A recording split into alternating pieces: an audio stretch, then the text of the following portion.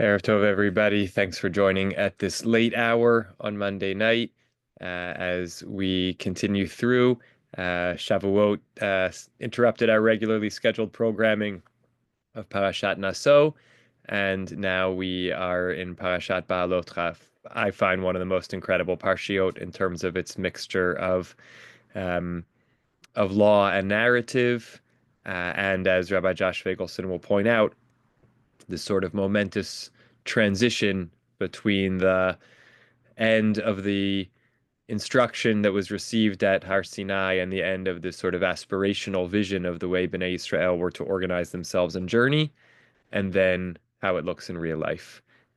We get all of that in this week's Parsha, and the inverted nuns that sort of mark off the beginning of that journey kind of symbolize to us that shift between how we would like the world to look, and how it winds up really looking. So Rabbi Josh Feigelson is going to, as he mentions in his introduction, blend a Hasidic teaching with a more contemporary, or not always necessarily more contemporary, but with a uh, secular, or I don't even know what the right word is to describe it, an alternative perspective from the innermost traditional Hasidic take, and that will come from Aviva Zornberg this time, and a really fascinating Hasidic teaching, which he'll then expand out to think about its meaning for us. So let me share my screen. Depending on time, we may omit his kind of practical application. And maybe I'll just refer to it. And since you have the reading in your email, you can read it on your own. I'm aware of the late hour. We want to make the most of our time. So, Beha'alotcha, and as he does, because the theme here is asking big questions, trying to use the Parsha as a launching pad for asking big questions. The question here is, what do we want? Parshat Beha'alotcha marks the end of an era. For nearly a full year, ever since chapter 19 of Exodus, that is, for the second half of that book, the entirety of the book of Leviticus, and the first 10 chapters of the book of Numbers, the Israelites have been camped at the foot of Mount Sinai, first to experience revelation, and then to build the Mishkan. Dramatically, the Torah announces in the second year, on the 20th day of the second month, the cloud lifted from the tabernacle of the pact, Mishkan Ha'idut, and the Israelites set out on their journeys from the wilderness of Sinai. On a spiritual high from the last year, we expect that the Israelites will live in close alignment with the divine will. And for a time, it seems that they do. Al pi Adonai, at the word of the Holy One, the Torah says, the Israelites camped and broke camp.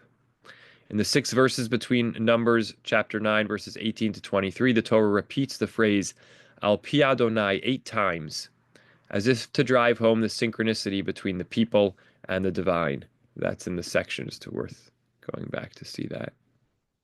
That's in the section that talks about how the cloud and the pillar will kind of guide the people. It's always going to be Al Pi Hashem, Al Pi Hashem, Al Pi Hashem. So when the vision of how they are to journey is described, it's always at God's word. That's at God's instruction and in close connection to God. And then, of course, everything falls apart beginning in chapter 11 when the people begin to complain. From here on, or I would say almost differently a little bit, when the journey actually starts, right? It's not so much because they're complaining, it's because they have moved into the real lived experience, and so everything starts to fall apart. From here on, the book of Numbers takes on a decidedly different feeling as the people and God grow increasingly impatient with one another. Plagues, fire, snakes, and more quail than anyone has ever eaten are among a host of maladies that beset the people. It is as though there are parallel stories being told here, although they're told one after another, one of a state of blissful union, the other of bitter distrust and dysfunction. Rabbi Menachem Leibtag develops this idea, and certainly lots of others have pointed out this sort of two halves of the book of Bamidbar, the first 10 chapters with the vision, and the rest with how it actually happens. In describing the heart of Numbers, contemporary Bible scholar Aviva Zornberg And I believe that we studied her writings on the Book of Bamidbar, so we have some familiarity with this. Draws on French psychoanalyst Jacques Lacan's term jouissance, which she defines as a primordial, infinite desire. She writes, "The wilderness experience, with Sinai at its heart, represents both death and life. This is the place of passionate love, of the jouissance that floods the gates of perception. It is also a terrible and inconceivable place, where being with God, or containing God within them, endangers their being. The revelation at Sinai is instantly followed by its backlash, the golden calf. And even after the tabernacle has been built in their midst, with God at its heart, a profound ambivalence makes them turn away from Sinai, from the unfathomable heart of the mystery that might forever change them." Zornberg locates much of this ambivalence, this tension, again, that we're seeing in the book of Bamidbar, of these moments of great connection and then great disconnection, in the issue of desire, which takes center stage in Parashat Beha'alotcha, particularly in this memorable passage. We'll see it first in the original, or at least with the original next to it. All right, so right after those inverted nuns that mark the transition from the ideal to the real, chapter 11 begins with the people complaining and a fire, and then we get this language, "Va'asafsuf asher bekirbo hitavu ta'ava." The riffraff in their midst felt a gluttonous craving. The Israelites wept and said, "If only we had meat to eat. We remember the fish that we used to eat free in Egypt, the cucumbers, the melons, the leeks, the onions, and the garlic. Now our gullets are shriveled." Literally, our souls are dried out. Ain kol, there is nothing at all, nothing but this manna to look to. The people here are presented in their most human and perhaps most tragic light. The manna, which the Torah goes on to remind us was a miraculous food in every respect, has become nothing. They are unable or unwilling to acknowledge the divine goodness present in their midst, and, driven by their sensual desires, they complain loudly. So again, we have this tension between the remarkable sustenance that they're given in the man, and then their reaction to it after a point, which is to completely dismiss it. It's not meeting their desire. Commenting on this passage, Rabbi Yehuda Leib Alter of Ger, the Sfat Emet, offers this following lesson in his Sfat Emet. It's a long paragraph here, and we have Rabbi Fagelson's translation and explication. Beginning with a Mishnah from Pirkei Avot. We'll read it through, and then he'll do his kind of expanded explication of it. So just try to do the best we can, taking in the original text in translation before we get to his explanation of it. Rabban Gamliel, the son of Rabbi Yehuda Hanasi, used to say, this is a Mishnah from Pirkei Avot, "Do God's will as though it were your will. Asei ritzono kirtzoncha." The Mishnah continues, "So that God will do your will as though it were God's." And then the second half of the Mishnah, "Set aside your will in the face of God's will, so that God may set aside the will of others for the sake of your will." This teaching from Pirkei Avot advises us, this is again the Sfat Emet that we're seeing, his comment, advises us to rectify our will to the degree that we pour our entire will and longing into every mitzvah and good deed. If we bind our will or desire to the holiness of the blessed, ineffable one, then our desire will never be separated afterwards, even if we have other wants. For the holiness ensures that our will shall not be degraded. By means of this, we will be able to raise up all our wants to the blessed, ineffable one. We must have faith that all seemingly extraneous desires which do not appear to be God's will are still for the good. This will permit us to cultivate a true desire to serve God. And even more so when we extrapolate from these other wants how to properly fulfill God's will, then by means of this, we will raise all our negative wants up to the blessed, ineffable one. So again, he'll explain this further when we get to his explication, but it seems to be beginning by saying that the starting point is making our will be a will that pours everything we do into the mitzvot. And somehow, once we establish that will connection, then even our will to do other things will somehow be sanctified, be uplifted, and maybe even our will to for negative things can be cleansed, sanctified, something like that. Second paragraph of the Sfat Emet. This is a possible understanding of hitavu ta'ava.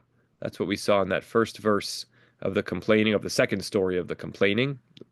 The riffraff in their midst, hitavu ta'ava. So it's a double language, and the simple translation of that is emphasis. They felt a gluttonous craving. But the Sfat Emet's going to explain it differently. Literally, hitavu ta'ava. They had a desire for desire. The people experienced some craving. That is, contrary to the traditional understanding, this is Rabbi Figelson's just bracketed insertion to help explain. Contrary to the traditional understanding that the people were overcome by desire, right, that they had a gluttonous craving, how is he understanding it, the Sfat Emet? Rather, they lacked desire itself. For at this point, the people were far from physical desires, right? They'd been standing at Mount Sinai for a year, and thus they lacked positive desires as well. Therefore, hitavu ta'ava, they desired desire. They wanted to reconnect to desire, which is a human, a human instinct. Their desire was considered a sin, as it led them from their heights to the material world, and not vice versa, since God wanted them to engage in the world in a different manner. And we, by means of faith, must bring near all our wants and desires to the blessed and ineffable one, such that out of all of these many wills will be forged a single will. Not as usual with the Sfat Emet, dense language seems to be alluding to things that we don't necessarily know what they are. You kind of need a tour guide. That's what Rabbi Figelson's next bit is going to do for us. The Sfat Emet begins with what, to its audience, would be a well-known teaching from the Mishnah and Pirkei Avot. And in fact, as Mishnayot and Pirkei Avot, this is probably, in the top 20, make your will like God's will. On its surface, this Mishnah presents a straightforward lesson. We should align our individual will with God's will. Yet the Sfat Emet senses that there is much more here if we dig a little deeper. This is something, by the way, that the Hasidic masters do, which is kind of create midrash on rabbinic literature. In other words, the rabbis made midrash out of the Bible. They had creative homiletical interpretations of the text of the Torah and the Tanakh. The Hasidic masters made homiletical interpretations out of the words of the rabbis. So here we're taking a Mishnah and Pirkei Avot and saying there's something deeper than what it seems to be saying. Where exactly does our will end and God's will begin? What does the Mishnah mean in saying that God will do our will if we align ourselves with God's will? If we're created by the divine, then how do we even have independent wills in the first place? How does this mysterious complex of will, want, and desire actually work? This is how he speaks about the Sfat Emet as sort of a thing. It goes on to suggest, or the text goes on to suggest, that if we can achieve a level of dveikut, cleaving or clinging to the divine, then it becomes impossible for our own desire to be separated from the will of the Holy One. I mean, we're not naturally made that way, it seems, or if we were perhaps, in our initial formation of our soul, but then we somehow individuate and separate from God. Now we have to do the work again of aligning our desire with the desire of God in such a way that it becomes inseparable. We will be able to sanctify even our seemingly bad desires if we are clinging to God. And Rabbi Fagelson notes, while this is a powerful teaching, it almost goes without saying that it also opens a door to serious ethical problems by justifying abusive or violent behavior. We'll come back to that in a moment, right? If you say, I'm so close to God that I know whatever I do, my will is aligned with God's will, and you do evil things, you are going to then say, but I'm doing God's will. I know my will is God's will. So that's a dangerous thing. Then the Sfat Emet links this Mishnaic teaching with the episode from Parshat Beha'alotcha, when the Torah describes the people with the words hitavu ta'ava, traditionally rendered as were overcome by desire, or we saw the translation had a gluttonous craving, but translated more literally as desired desire. Here's where the explanation of the Sfat Emet really feels powerful to me. Having experienced the otherworldliness of Sinai, he suggests, the people were in essence disconnected from their sensual human desires. When they became like angels, they were standing at Mount Sinai. They were, communing with God in some way. Yes, Debbie writes that's where zealotry comes in. Exactly. On that issue of if you say I'm always I'm so close to God that I know whatever I'm doing is God's will, and then you go do wrongful things.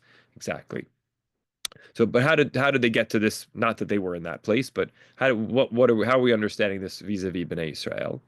So, having experienced the otherworldliness of Sinai, they were disconnected from their sensual human desires, and now they desired desire itself. They wanted to plug back in to that basic human experience of wanting things.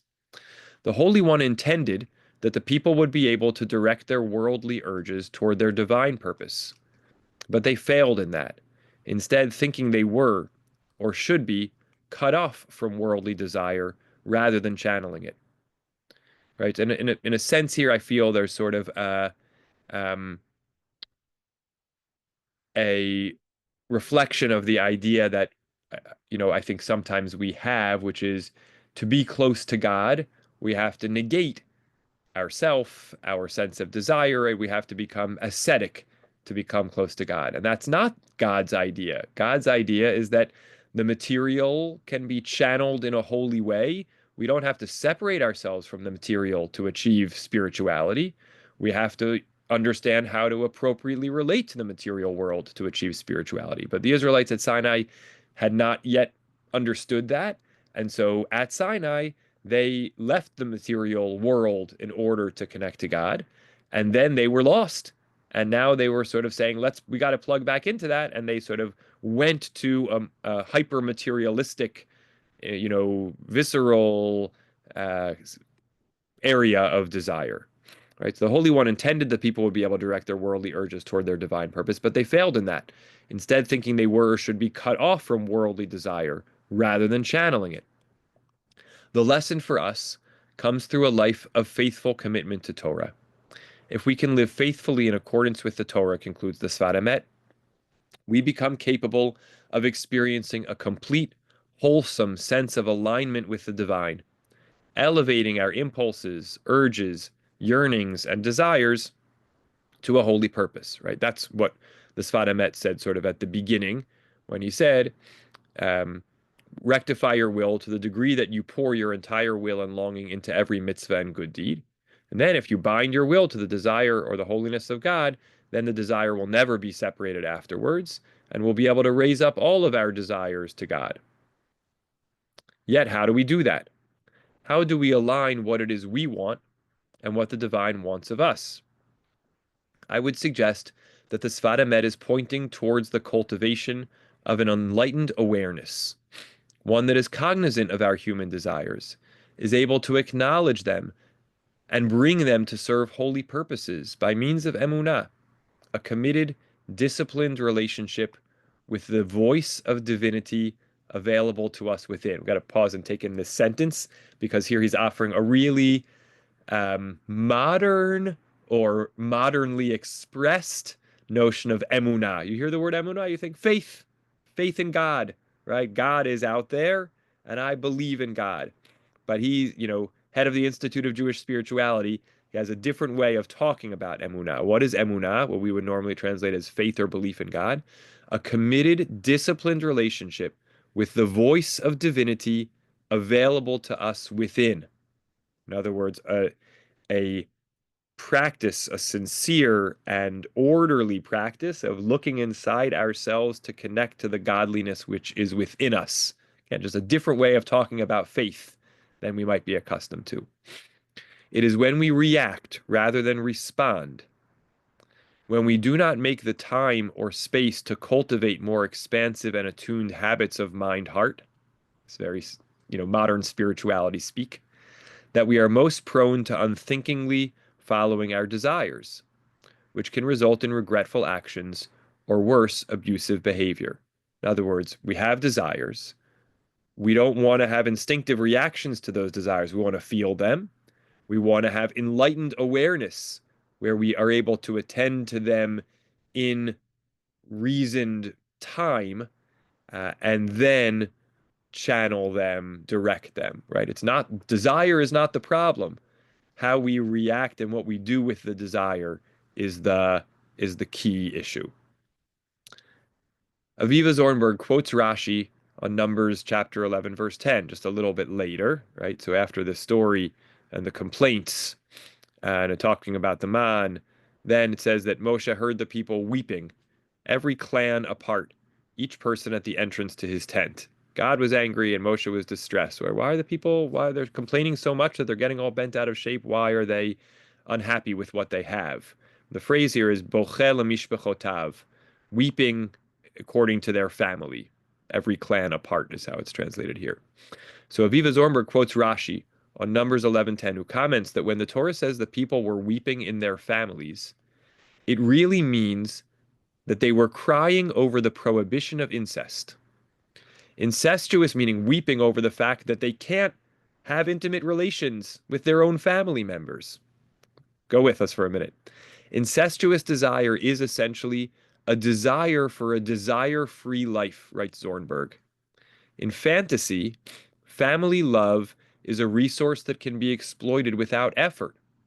One need never yearn for jouissance, for that dangerous and intoxicating fire.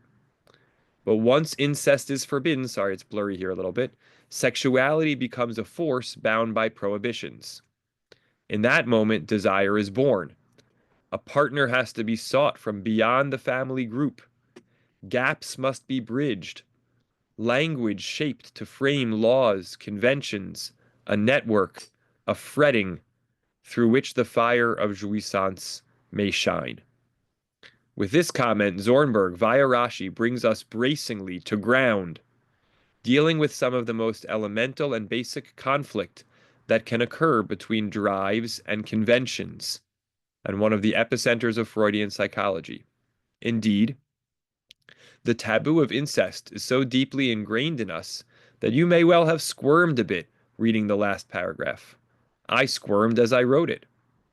Yet Zornberg's larger question, like that of the Sfat Emet, is how we live into the unbounded desire of the divine that lives within us, while simultaneously living within the very bounded life we live as creatures of flesh and blood, time, and language. In my own meditation practice, I have come to appreciate how every breath is a process of the building and release of tension. When I breathe in, I first experience pleasure. As I continue breathing and my lungs fill up, I start to feel a bit of tension, even a little anxiousness to begin breathing out. Then I experience that out breath, at first as pleasurable. But by the time I reach the end of the breath, I feel a tiny urge of desperation to start breathing in again. And on it goes. This continuous cycle of anticipation, desire, fulfillment, release, anxiety, over and over again, tens of thousands of times a day, right, with every breath, whether we're aware of it or not, millions of times a year. It is hardwired into us, this process of desire and fulfillment. Yet that same practice helps me to be mindful of my many other desires, to recognize and name them. And when I am able to bring quiet attention to my mind heart, I find I can also hear other desires, other wills speaking. Not only the ones my body articulates to me, but desires that come from a place within and beyond me. They come to me through words of Torah and Tefillah, prayer, words I sense were spoken at Sinai, and which in our tradition, the divine teacher continues to call out from that holy place every moment of every day. By cultivating my own mindfulness and channeling my attention through the words of Jewish tradition, I find I am able, in my own way, to experience what I hope is a healthy sense of alignment with the divine will. Just pause here for a moment before we read his questions for reflection and conversation, just to kind of try to summarize this idea here, that that moment of the people beginning their complaints. Again, it's the second complaint story, a few verses into chapter 11. Uh, in part, is sort of a reflection, right? How did it all go so bad so fast? It's a reflection of the fact that actually it was already bad in a different kind of way. The holy sublime state at Sinai, and whether it was really, really that way or whether it's just how the Sfat Emet wants to frame it for us, but maybe because he's trying to answer this question: how did they get to such a terrible place of complaining so quickly? Right? Because they were actually already in a place of disconnection. Even at Sinai, they had gone about making themselves available to God by negating their own desires or disconnecting from their own desires. And so all of a sudden, when they started to head out into the world, they were kind of lost and they didn't know how to relate to their own desires. They longed for desire, and it all of a sudden kind of, burned forth like this fire that was not able to be harnessed or controlled. And if, they had started back at Sinai, again, it's not about blaming anybody, but if they had started back at Sinai with a way of receiving the Torah without negating their desires, but kind of through or in, meditative response to their desires, then as they headed out into the world, they would already have that muscle of how to then experience, you know, uh, not having the food that they thought they would have right away, or, the other needs, bodily needs that they would have. They would be able to notice those things, think about them, react to them, figure out how to, achieve those desires in alignment with the divine will. And so we always want to be in touch with our desires in a, deliberate kind of intentional fashion. And that's what, going out of the Parsha now, but back to the beginning of the Sfat Emet, that's what align your will with God's will means. It doesn't mean negate your will and just do whatever the Torah says. It means want to do what God wants you to do. Notice the other wants that don't seem initially aligned with God's will and figure out, by not reacting to them instinctively but thoughtfully, how they might then be channeled into constructive or productive directions. Um, so I'm going to pause for questions or comments in a moment. James asked about jouissance. Yes, that was up at the very beginning. Um, it was French psychoanalyst Jacques Lacan's term, um, which Aviva Zornberg defines as primordial infinite desire.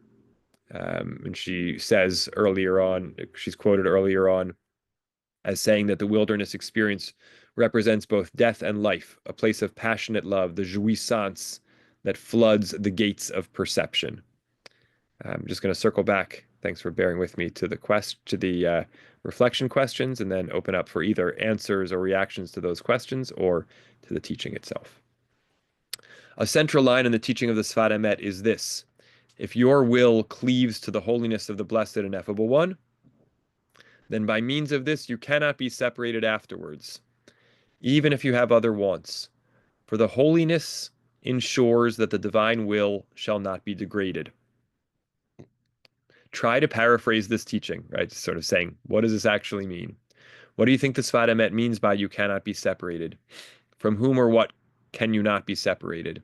And how do you interpret the statement that the holiness to which we cleave ensures that the divine will cannot be degraded? Next, do you experience tension between what you sense as your own desire and that of the divine? This is, to me, the most important question. If yes, how do you navigate that tension? If not, what do you think keeps that tension from coming up? That's the question I would focus on for myself. And now the third one. Aviva Zornberg writes that a profound ambivalence makes the people turn away from Sinai, from the unfathomable heart of the mystery that might forever change them. This description of the Midbar, the wilderness, is evocative of other moments in life when we too might sense such an ambivalence. What does it evoke in you? Is there an experience or sensation in your own life when you felt you were encountering the unfathomable heart of mystery? If so, how were you either pushed or pulled, attracted or repelled? What happened next? So again, reactions to the teaching of the Sfat Emet, the notion of disconnection from desire, and then loss of control in the reconnection, or reactions to any of the questions. It's open mic.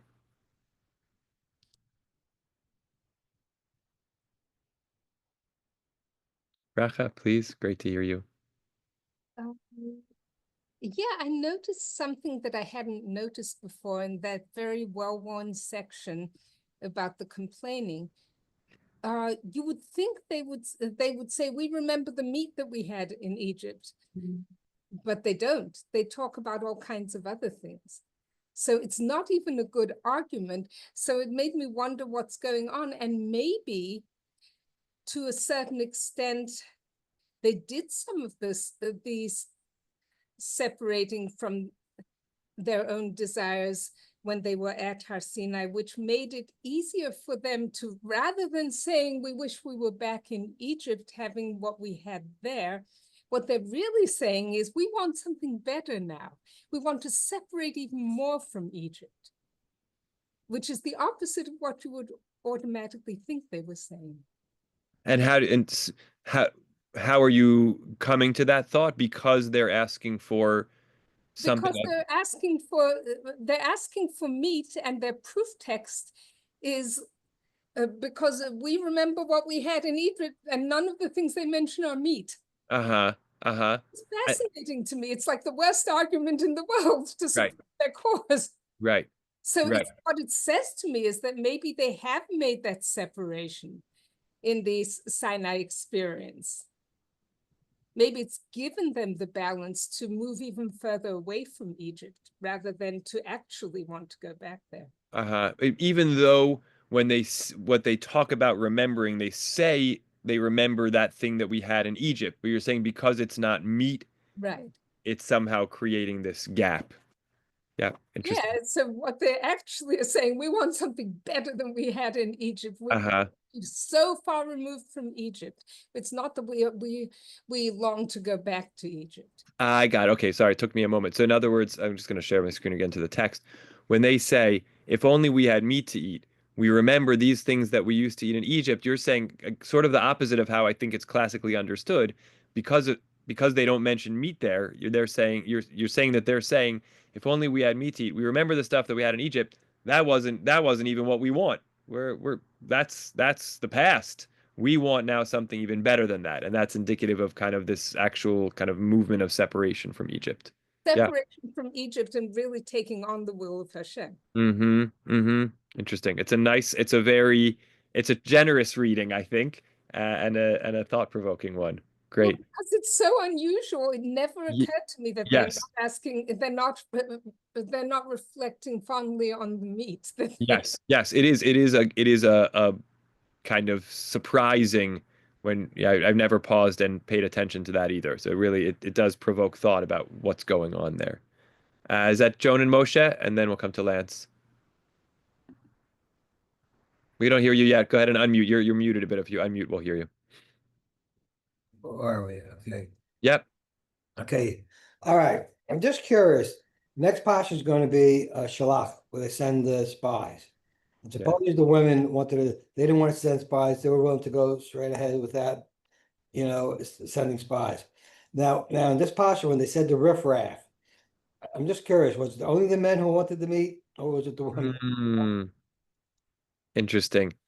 I don't know. I don't think the text ever answers, but I don't know if there are comments about that, right? We have various, it is interesting throughout the wilderness and even going back to incidents in Egypt and to the golden calf, right? There are lots of times where either the text itself or the Midrashim will differentiate between, well, this was only the men, the women didn't want to do it. Here was that the case? I can't think of where we would have um, any text that addresses that question directly. Something to think about. Also, Right. if they were slaves, you really think the Egyptian really cared, to feed them properly? So some they want all the Slavish food, Right. as far as like really, banquet that they had there. Right. Right. It certainly seems likely that they were, over remembering what they had, but it's such a fascinating little verse. It's hard to know for sure, but I agree with you. And yes, James wrote in, I guess, referencing Bracha's point about the question of they didn't talk there about the meat. That yes, later they praised the flesh pots they had in Egypt, right? Ba'ochlenu al sir habasar. So different stories may reflect different moments. Maybe there then they did backtrack. So it's hard to know, but thank you for pointing that out as well. In at least one other instance, they do seem to refer to meat in Egypt. Lance? Did God give them quail? Yes. Okay, and how'd they respond to that? How did they respond? It's Let, later on in the Parsha, isn't it? yep, yep. Can you find it? Let's see, hold on.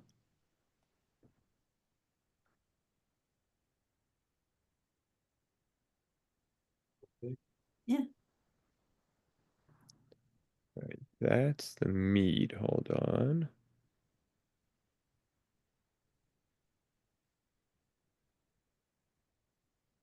Yeah, the in verse 32, I can share my screen. The people set to gathering the quail all day and all night and all the next day, and spread it out all over the camp, and they were still eating it when God struck them with a severe plague. That answer, Lance? Yes, let me just make another point, and that is for Jacques Lacan, desire means wanting something he can't get, or can't have. And he tells a story, which I love. A young boy and young girl are in a train and they're pulling into the station. And the young boy says, "We're in ladies." And the girl says, "No, you idiot, we're in gentlemen." And I think Lacan is somewhat of a cynical person. And looking at this, through one lens, you could say that the people are all idiots. But who has made them idiots? That's the key. And the question is, are they doing this of their own free will? Or are they doing this because God has set them up? And I suggest you think about the story of Tantalus, who antagonized the gods, and the gods punished Tantalus by putting him in a pool, prohibiting him from drinking, and putting him next to a fruit tree and prohibiting from getting the fruit. In other words, tantalizing them. And in effect, that's what's going on here. Now you think about Korach and his desires.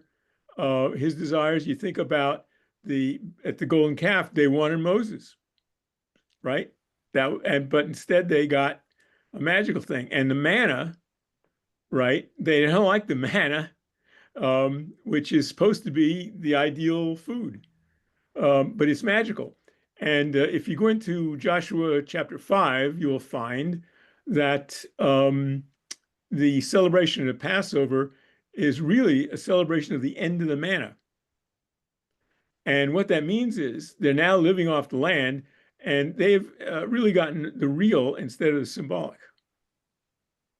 And by that thinking, I've said this elsewhere, but by that thinking, leaving the Garden of Eden is a good thing, and getting to the Promised Land, leaving the Midbar, which is a magical world, getting out of there, getting out of the magic, is a good thing.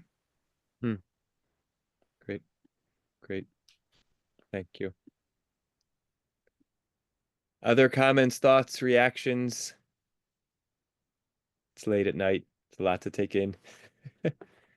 But I guess I'll leave us with what I think, as I said, for me was the question that stood out the most. I'm going to circle back to it.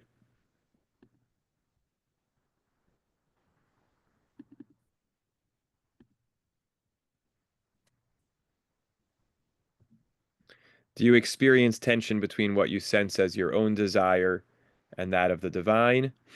If yes, how do you navigate that tension? If not, what do you think keeps that tension from coming up? And I also want to circle back just because I think it's so striking to the way he described emunah, committed, disciplined relationship with the voice of divinity available to us within, and also leaving with the way he describes breathing as this process of tension and release and anticipation and pleasure and anxiety. Kind of, I mean, it's too much if you think about that all the time when you're breathing, but in some way, the notion that kind of the processes in our body are continually living out some of this dynamic tension. And I do think it's the case that if we attempt to, and again, there's that tension between the unexamined life and the over-examined life. But if we learn to be attuned to our desires, conscious, and even to try to become more attuned to our subconscious, unconscious desires, I do think that that teaching in Pirkei Avot really does resonate. I think it gives us a better chance of aligning ourselves with however we might understand God's will. And I think I have in my own life struggled sometimes with the idea that, desire is a good thing overall because it's a deeply human thing and it's about how we react to it and channel it, and to really try to keep at bay the inclination or desire to asceticism and to kind of just like, rejecting desire. So it's a teaching that resonates with me. Happy to be able to share it with you, and we'll keep marching forward into the wilderness of these questions as we go together. I, of course, take a moment to check about next week. The 16th is Yeshivat Maharat Smicha, but I think it should be well over by 9 o'clock. So I hope to be on with all of you who are able to make it. If you're able to make it to Maharat Smicha in person, it's going to be remarkable. There is a live stream, I believe, which is available as well. A tremendous class of graduates and really milestone. So hope to see those of you there who can make it. Otherwise, hope to see you on Zoom at 9 o'clock next Monday night. Love to Mom and Dad and TJ. Great to see you. Good night, everybody. Bye. I want to check something out.